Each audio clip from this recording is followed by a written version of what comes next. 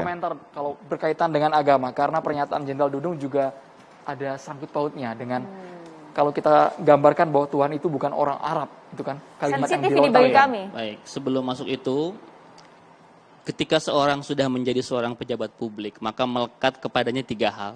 Yang pertama, manajemen data, manajemen birokrasi, dan manajemen komunikasi.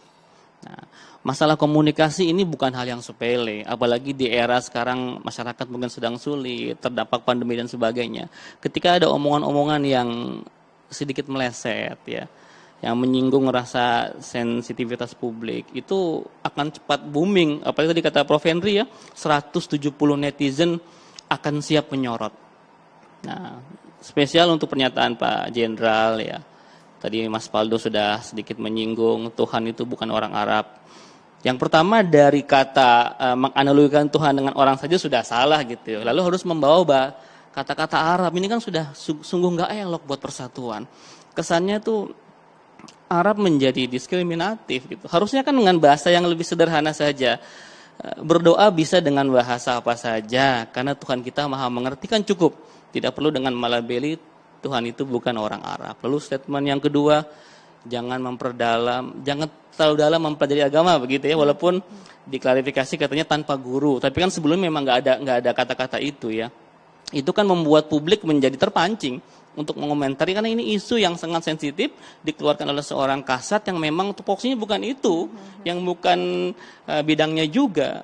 Jadi banyak hal yang offset kalau kata netizen gitu ya. Ini yang harus dikurangi oleh para pejabat publik, jangan sampai banyak statementnya yang menyinggung perasaan publik ya, walaupun memang kita nggak bisa mencegah orang untuk berasa, untuk berpendapat beropini ya, nggak bisa ya, tapi minimal dikurangi lah, apalagi di era yang seperti ini. Atau begitu. kalau misalnya kita bertabayun, kan ini mungkin Jenderal Dudung ingin mencitrakan diri sebagai sisi yang toleran begitu misalnya. Ya, kita nggak tahu apa perasaan beliau ya. Tapi kalau memang mau toleran, justru menurut saya jangan pakai bahasa Arab itu, ya jangan pakai kata-kata Arab itu, ya kesannya menjadi ada sedikit narasi kebencian terhadap orang Arab. Walaupun Ustadz kita Hilmi, dampaknya apa yang paling fatal kepada umat? Sesaat lagi dijawab Ustadz Hilmi. Kita harus jeda dulu hanya di catatan demokrasi pemirsa.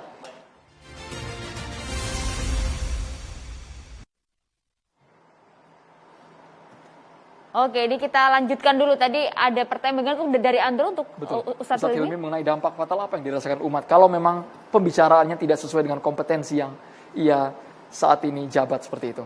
Iya. Ketika bicara masalah yang sangat sensitif, masalah agama Mas Andro ya, ini pasti berdampak yang cukup luar biasa. Apalagi sekarang kan aparat kita sedang disibukkan nih, terutama TNI, masalah-masalah di Papua gitu ya. Ketika itu belum terselesaikan, lalu beliau nyasar kemana-mana, apalagi sampai menyinggung perasaan umat, ini ya menurut saya akan mengurangi simpati publik. Karena kan beliau harusnya kan ketika menjabat sebagai kasat yang baru harus mulai public trust gitu ya. Selain dia bekerja juga menunjukkan bagaimana komunikasi yang positif kepada publik. Nah ini yang perlu disampaikan kepada beliau. Jadi mohon kalau dari saya pribadi kepada Pak Jenderal agak mengurangi lah komentar-komentar terutama yang menjurus ke masalah agama dan yang bukan bidangnya. Jangan sampai salah dan akhirnya menjadi persepsi publik yang negatif dan nggak simpati karena sebelumnya kan sudah ada masalah yang baliho dan sebagainya. Ini malah membuat publik malah menjadi makin kurang percaya kepada beliau. Jadi tolong dikurangi saja untuk statement seperti itu.